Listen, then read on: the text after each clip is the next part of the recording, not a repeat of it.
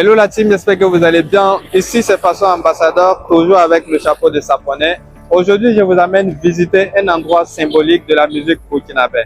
Donc ici, nous sommes au musée de la musique, encore appelé Georges Ouedraogo, qui a été un artiste burkinabé qui a vraiment rayonné à travers le monde entier.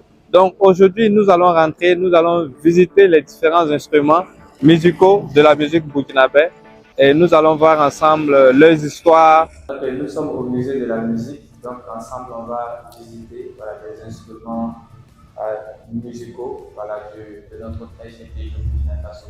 Vous êtes également dans un bâtiment qui est un peu particulier, de par son architecture.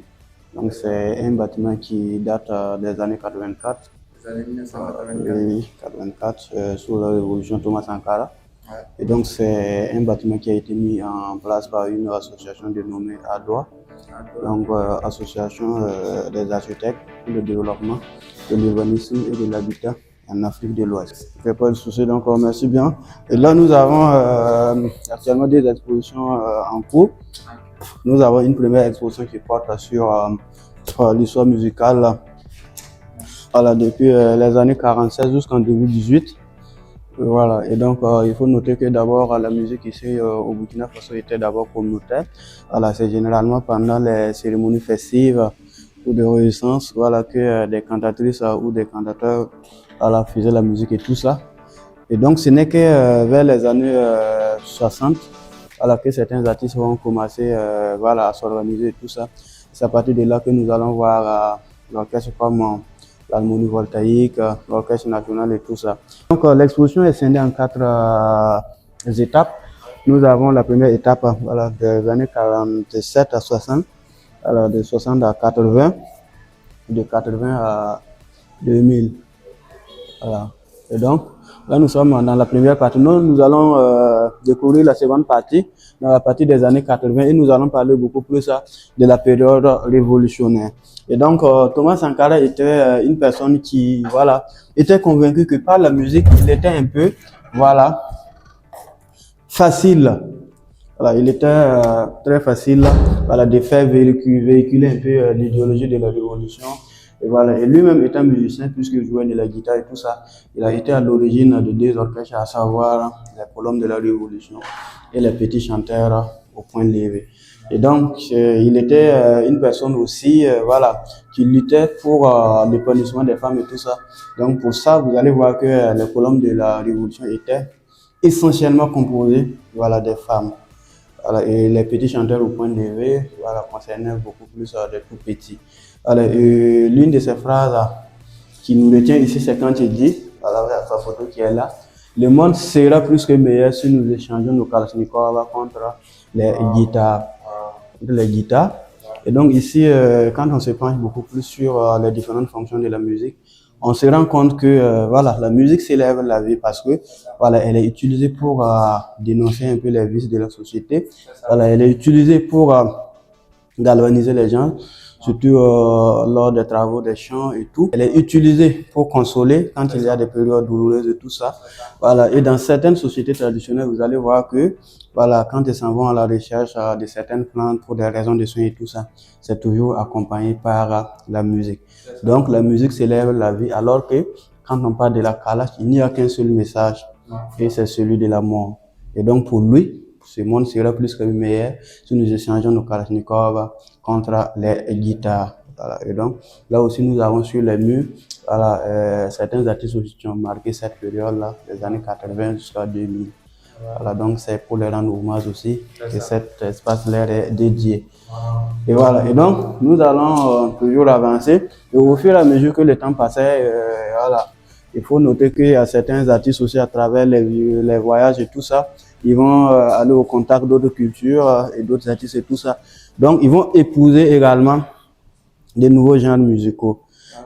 Et donc cet espace est dédié à ces artistes aussi, en tout cas qui ont amené de la variété ou soit de nouvelles créativités, ici au Burkina Faso, dans le domaine musical bien sûr.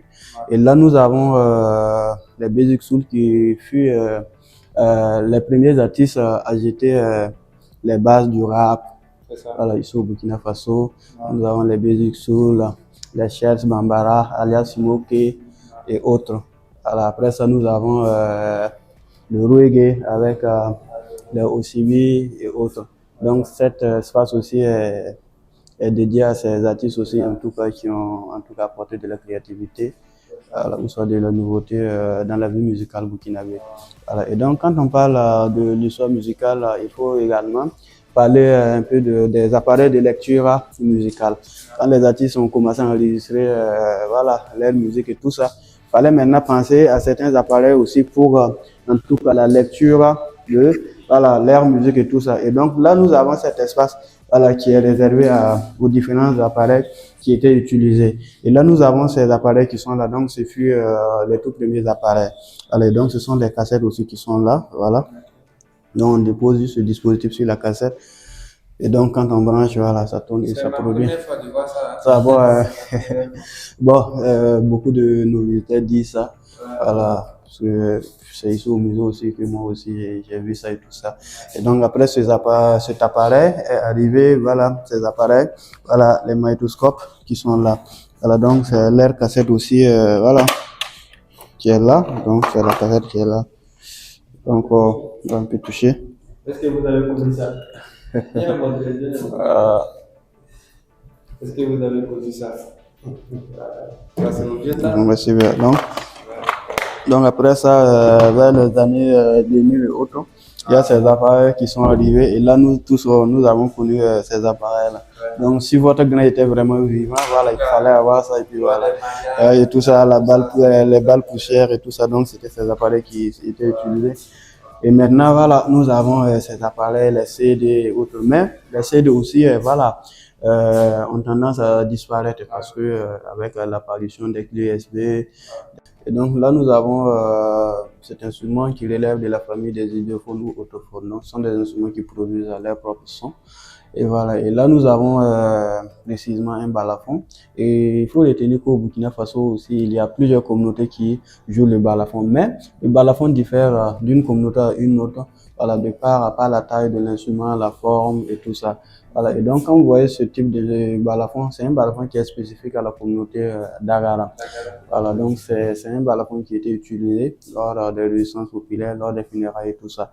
Et donc, quand c'est utilisé lors des funérailles, il faut retenir qu'il y a deux principales notes voilà, à travers cet instrument-là.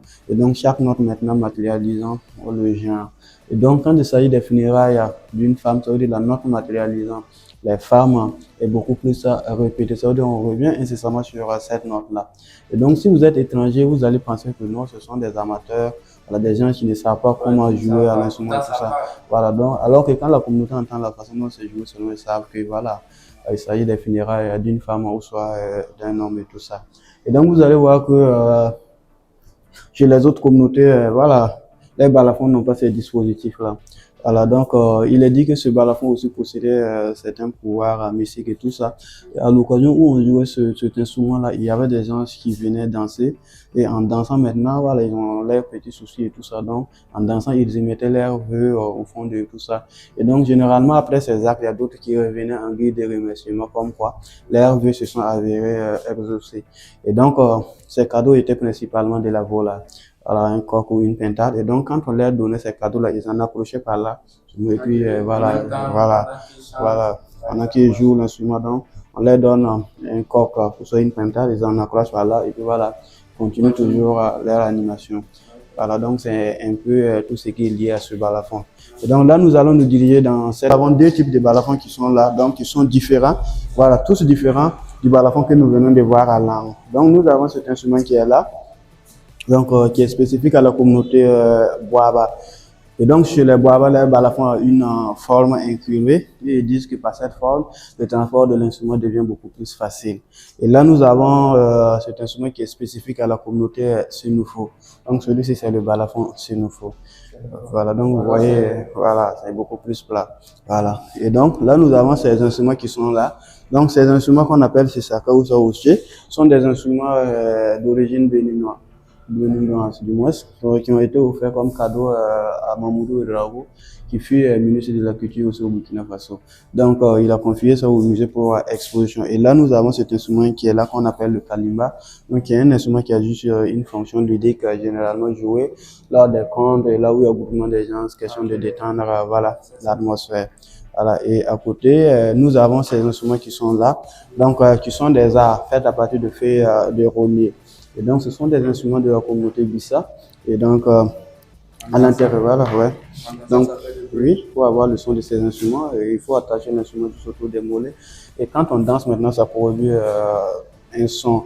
Voilà. Et à l'intérieur des nœuds, on peut avoir des grains de sable, de maïs, de gombo, soit de baobab. Voilà. Et donc, après ces instruments, nous avons ceux qui sont là. Donc, ils sont des instruments qui sont faits à partir de fer forgé. Alors, donc, ce sont des instruments que plusieurs communautés ont en partage, tels les moussis, les daras, voilà, tout ça. Et donc, ce sont des instruments qui sont joués lors des résistances populaires, lors des funérailles. Et généralement, c'est toujours accompagné d'autres instruments tels les tambours. Voilà. Mais je pense que dans les églises aussi, Oui, il y a des moments où on utilise ça. oui, c'est utilisé. Voilà. Et donc, pour finir avec les idéophones, nous avons la calebasse qui est là. Et donc, la calebasse qui est plurifonctionnelle. Mais là, la calebasse a quitté son rôle de contenant instrument de musique. Et instrument de musique, elle peut se jouer de plusieurs manières. Donc, point fermé, paume ouverte, comme on peut greffer des corps autour de la calebasse et la jouer par secouement. Mais là, tel que c'est exposé, ça voudrait dire que la calebasse est jouée à l'aide des louches.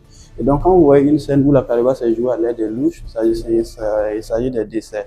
Voilà, il s'agit, voilà, quand il y a un décès, voilà, que c'est autorisé de jouer la calebasse à l'aide des louches.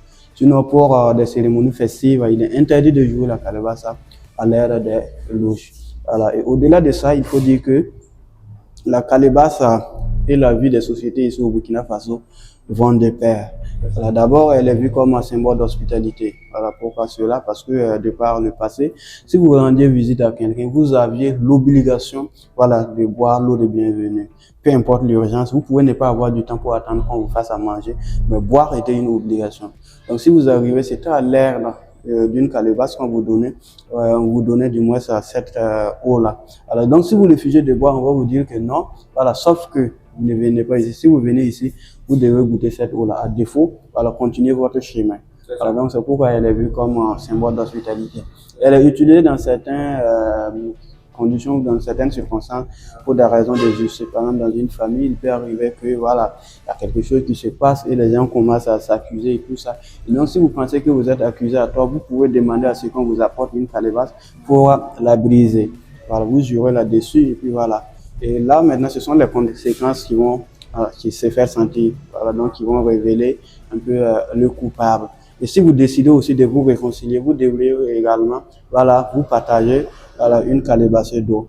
Et quand on parle de mariage également, vous allez voir que peu importe notre niveau de richesse, du moins, et tout ça, voilà, il y a toujours la calebasse qui accompagne toujours le panier de la jeune mariée, donc tout ça. Quand on parle de funérailles également, vous allez voir que à un certain moment donné, on va toujours solliciter une calebasse pour certaines raisons. Donc, on ne peut pas retirer la calebasse de la vie des communautés ici au Burkina Faso. Voilà, donc, si vous avez des questions, vous allez les poser. Et là, nous avons un exemple de membranophone qui est là. Donc, c'est un instrument qu'on appelle le bénere en langue moara. Et donc, l'instrument porte le même nom que le joueur. Et de par le passé, il fallait être griot pour pouvoir jouer à cet instrument-là. Donc, si vous n'étiez pas griot, il vous était interdit, voilà, de jouer à cet instrument. Mais maintenant, ce n'est plus le cas. Vous allez voir beaucoup de gens qui l'utilisent. Même dans les églises, c'est utilisé et tout ça. Sinon, voilà, de par le passé, il fallait d'abord être griot. Voilà. Non, il faut être griot même d'abord. Voilà, si vous n'étiez pas de la famille des griots, vous ne pouvez pas, voilà, jouer à cet instrument-là. Et l'instrument n'était pas utilisé pour la musique comme on le fait maintenant, c'était beaucoup plus utilisé, voilà, pour la communication. Voilà. Et dans la cour royale, le griot était vu comme le messager, voilà, du royaume. Alors, donc, si le roi avait un message à livrer à ce sujet, il passait par le griot qui pouvait décider de le faire, soit verbalement ou soit à l'aide de son instrument. Et si l'information était passée à l'aide de l'instrument, ça veut dire qu'il fallait être, comment on appelle ça, initié ou soit avoir une oreille vraiment affinée pour pouvoir en tout cas décortiquer le message. Et donc c'est pourquoi Maître Passeri Titenga a voulu décrypter un peu les rythmes élémentaires de cet instrument, voilà, à travers un roman qu'il a intitulé Bendrologie ou le langage du Bendré. Voilà. Ouais. Donc, tout le monde peut avoir accès à ça. Le roman? Oui, Oui, tout le monde peut avoir accès. donc, Où ça se... lire. Voilà, chercher le le langage. roman, la bendrologie ou le langage de Bendré, Maître Passeri Titenga. Voilà. Et donc, au-delà de cette fonction, il faut dire que le griot aussi était sollicité pour des raisons de médiation. Voilà, puisque des petits soucis, ça ne date pas de maintenant et tout ça. Et donc, quand ça arrive, c'était le griot qui était vu comme la mémoire de la société qui était utilisé et sollicité pour assurer cette médiation-là. Généralement, quand il arrive, il commence par vous dire que non, il n'est pas venu en tant que juge, il est juste venu pour la paix. Et voilà, donc pour ce faire, il vous dit que non, sachez que par exemple, partager un territoire, c'est un pacte qui est très très sacré. Voilà, parce que sur le même territoire, chaque jour que Dieu crée, vous vous côtoyez, vous vous voyez, et c'est très très important. Et si vous n'y prenez pas garde et que vous allez par exemple à travers, ça veut dire que vous allez vous entretuer. Et voilà, le lendemain, vous allez vous voir. Voilà. Et donc, d'autres auront honte, d'autres vont avoir le sentiment de se venger et tout ça. Et donc, voilà, quand d'autres personnes vont venir à se venger, ça veut dire que les jours à venir aussi, d'autres personnes voudront se venger. Et donc, de vengeance en vengeance, ça veut dire que vous allez tomber dans un cercle interminable de bataille et tout ça. Donc, il vous dit toujours que non. Partager un territoire est un pacte qui est très très très sacré qu'il ne faut jamais briser.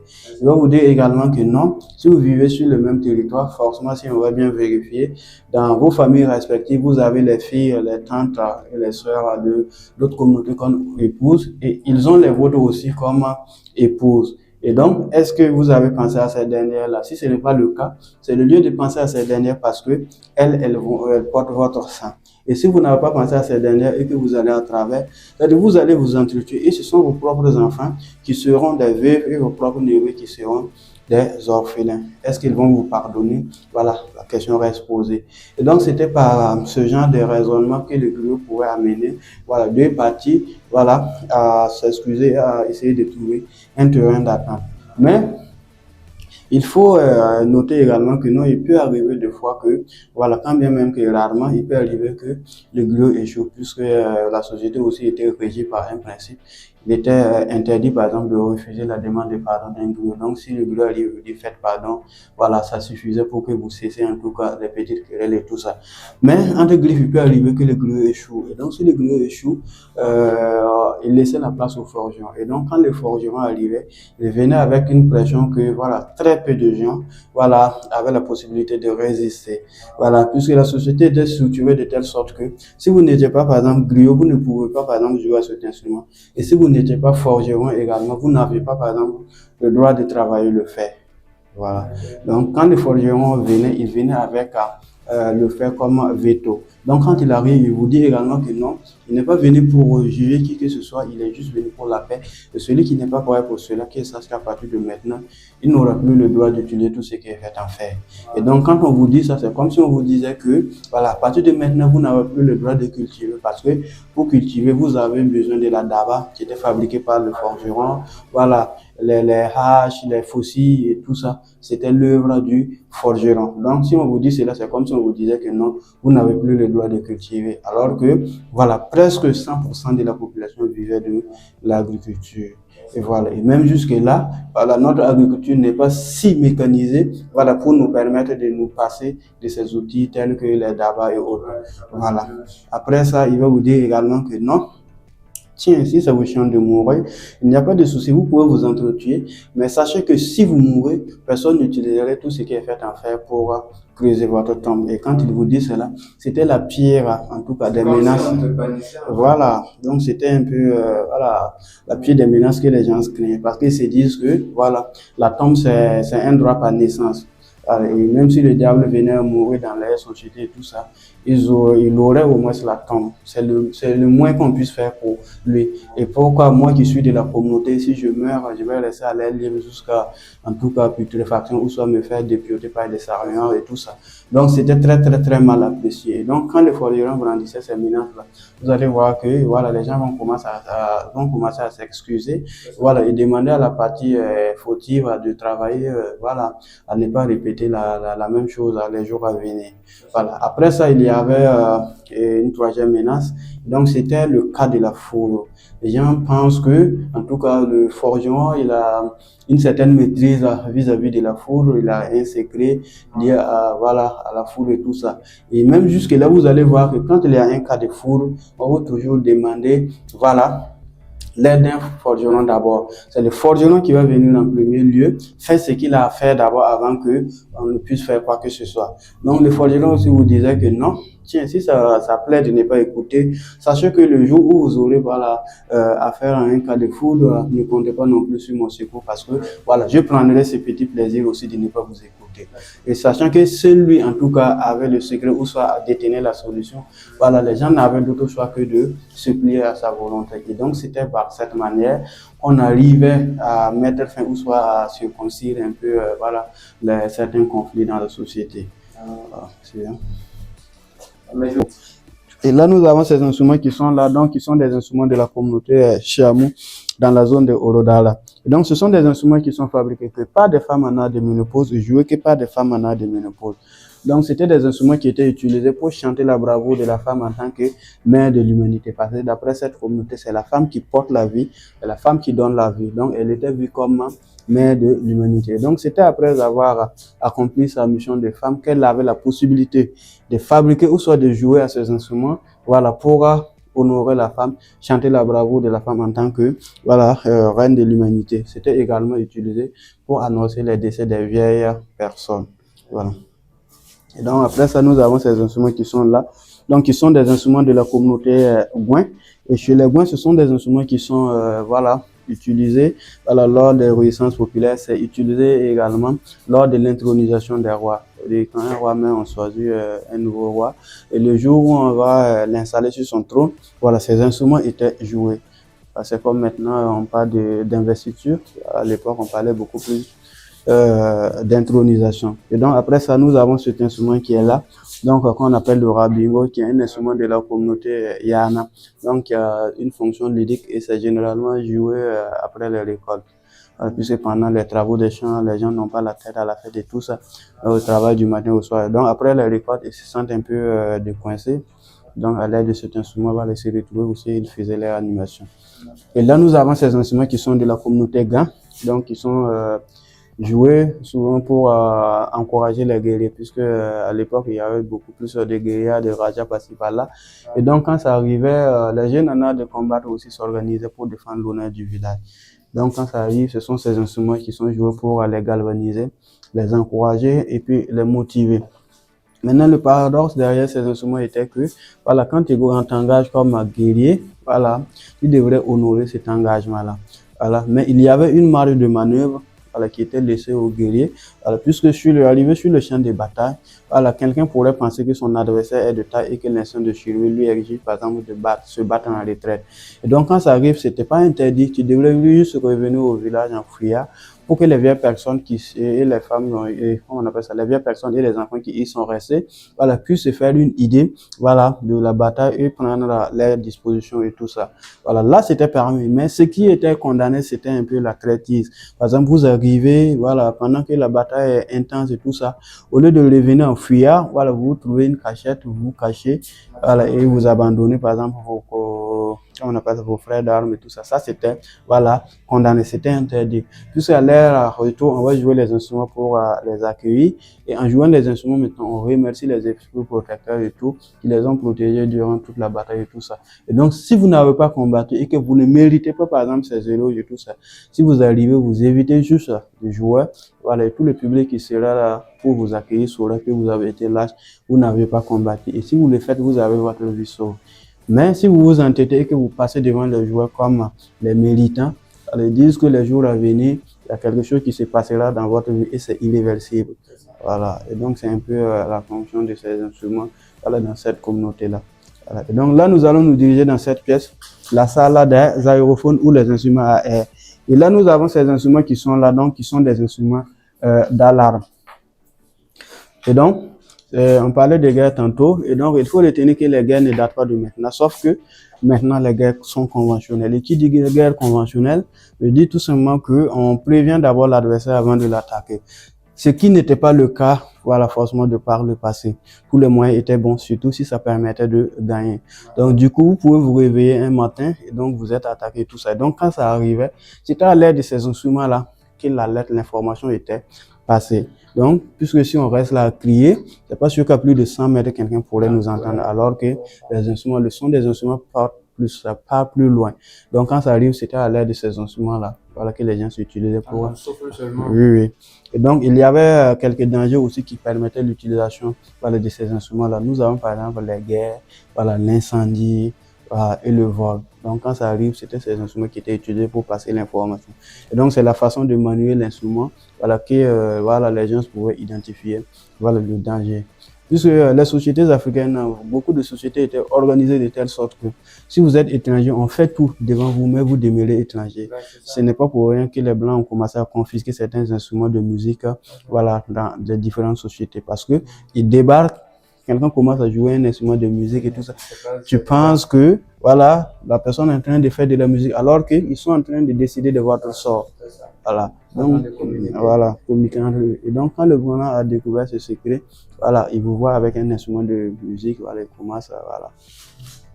Et donc, après ça, nous avons ces instruments qui sont là, donc, qui sont des instruments de la communauté Nouni. Voilà, donc il est Nouni, c'est une branche du chapeau Gouloussi. Quand on prend le chapeau Gouloussi, nous avons les Nouni, les Lélé, les Nankana, les Kassena, les Sissale et autres, donc qui sont des Gouloussi. Et donc, chez les Nouni, ces flûtes étaient jouées lors des travaux champêtres et pendant les travaux collectifs. Puisque dans les villages, pendant les travaux de champ, une famille peut inviter ses voisins ou soit la belle famille de venir l'aider à labourer son champ. Et donc, à l'occasion de ces événements-là, on invite en même temps des musiciens qui vont venir jouer. Voilà, question de galvaniser, de motiver les travailleurs à se donner beaucoup plus. Et donc, les deux flûtes qui sont là étaient jouées pour l'ensemble des travailleurs. Voilà. Mais cette flûte qu'on appelle flûte de vainqueur était jouée pour ceux-là qui travaillaient beaucoup plus. Étant donné que c'était un travail physique, alors les gens n'avaient pas la même capacité, ils n'avaient pas le même fond, et donc souvent il y a des décalages. Donc quand il y a un décalage, la personne qui jouait cette flûte se maintenait auprès de l'équipe qui avait pris de l'avance, joue pour cette équipe et en même temps essaie d'interpeller ceux qui sont restés derrière, qui doivent redoubler d'efforts et pouvoir rejoindre les autres. Et donc c'était également... Ouais. Donc, c'était des honneurs vraiment que chacun se battait pour se faire honorer par cette flûte-là. Et donc, c'était également l'occasion pour les jeunes nanas de se marier, de se battre afin de prouver à leurs parents que maintenant, voilà, ils ont le cran, voilà, ils ont la capacité de fonder un foyer, puis s'occuper d'une femme. Puisque c'était les femmes, comment on appelle ça, les parents qui étaient sur la première ligne et les mariés n'étaient que des bénéficiaires. Mais là, la tendance a inversé. Là, c'est nous qui faisons tout. Et les parents maintenant interviennent en dernière position pour finaliser les choses. À l'époque, c'était pas le cas. C'était les parents qui faisaient tout. Voilà. Vous êtes là, vous n'êtes que des bénéficiaires.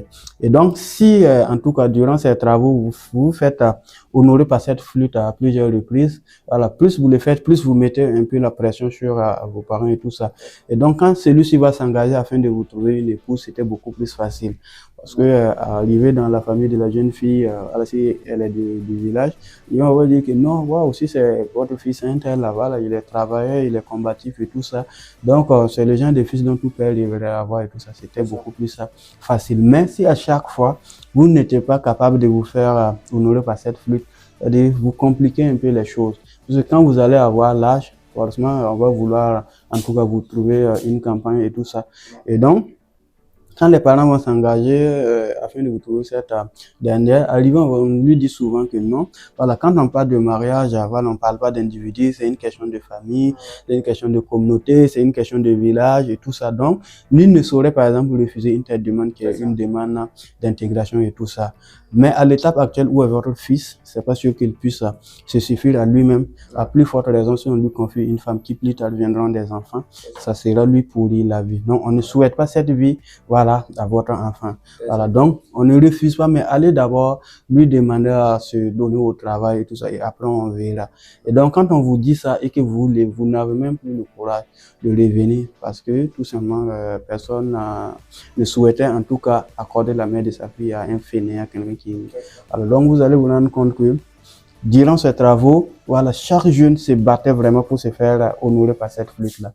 Voilà, donc c'était un peu ça.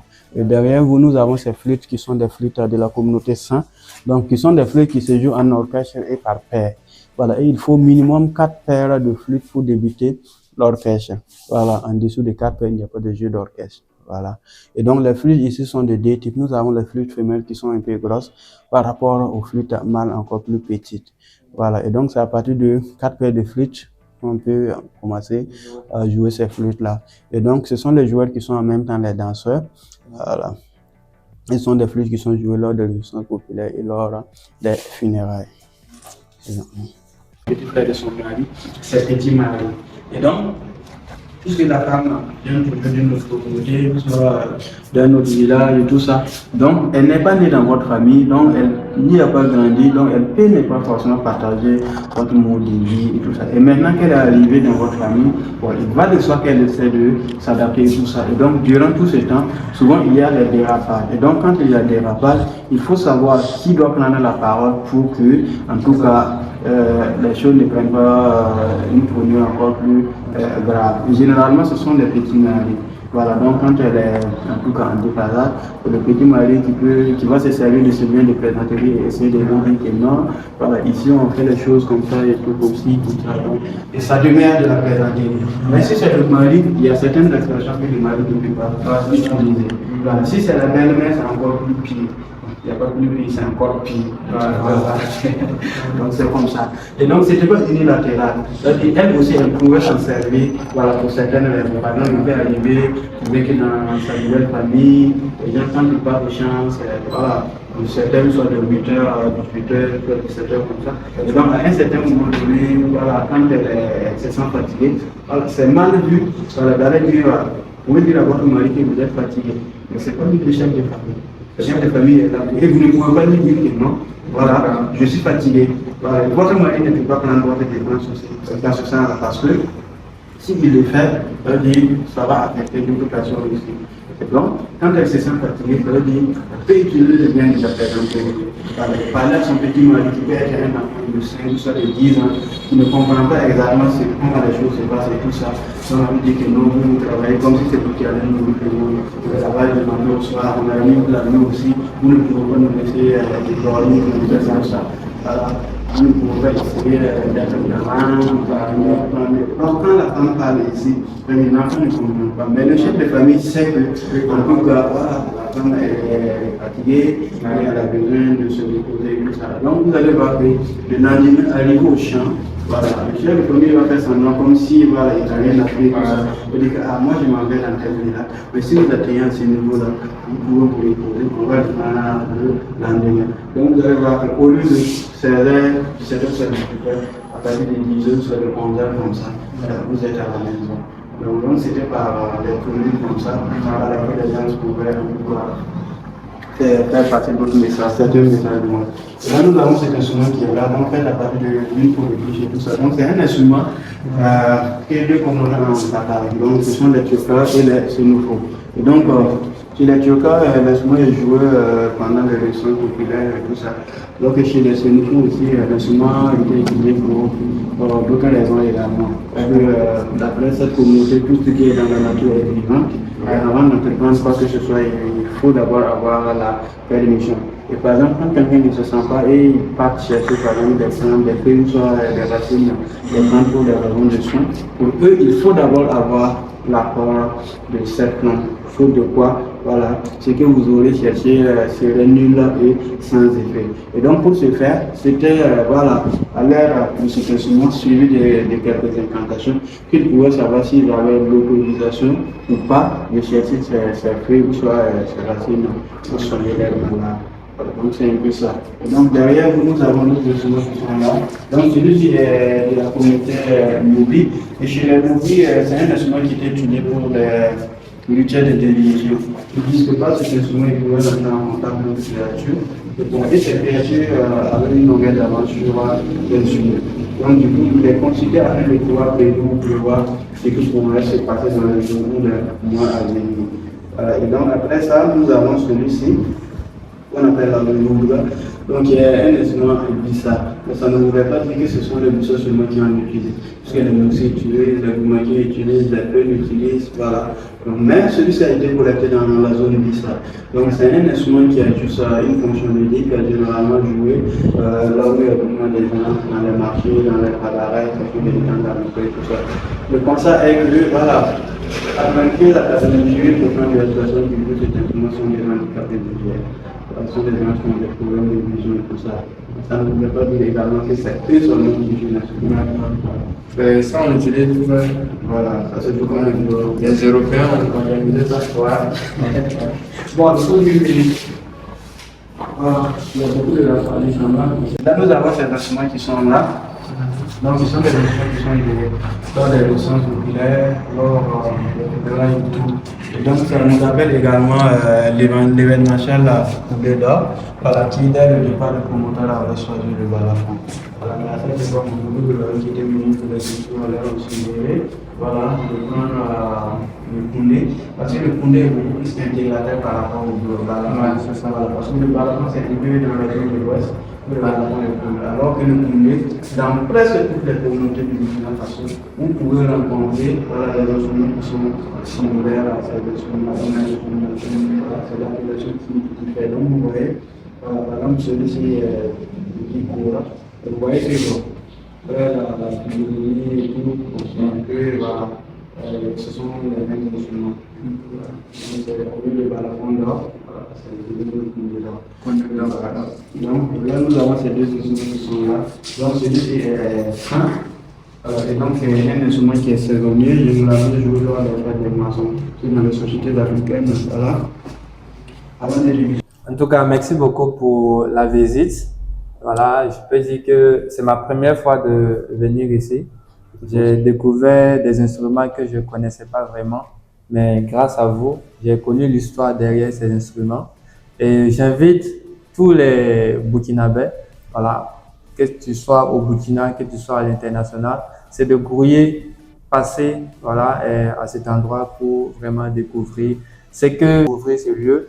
Tu peux également aller sur le site web voilà, que vous pouvez donner. www.m0-16bf.art.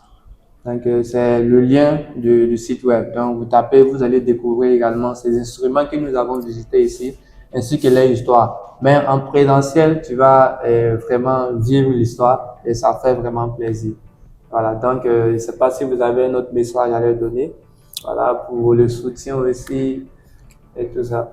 Bon, tout ce que je peux dire, c'est de les inviter vraiment à découvrir un peu l'histoire du Burkina Faso. Voilà, toute personne est la bienvenue. Voilà, c'est tout ce que je peux dire. Ok, donc vous êtes la bienvenue ici au musée de la musique ou encore appelé Georges Ouedraogo, qui est l'icône de la musique burkinabé. Donc c'est un plaisir également de visiter cet endroit. Donc je vous invite à vous abonner, à liker la vidéo et voilà, pour plus d'histoires encore à venir. Donc on est ensemble.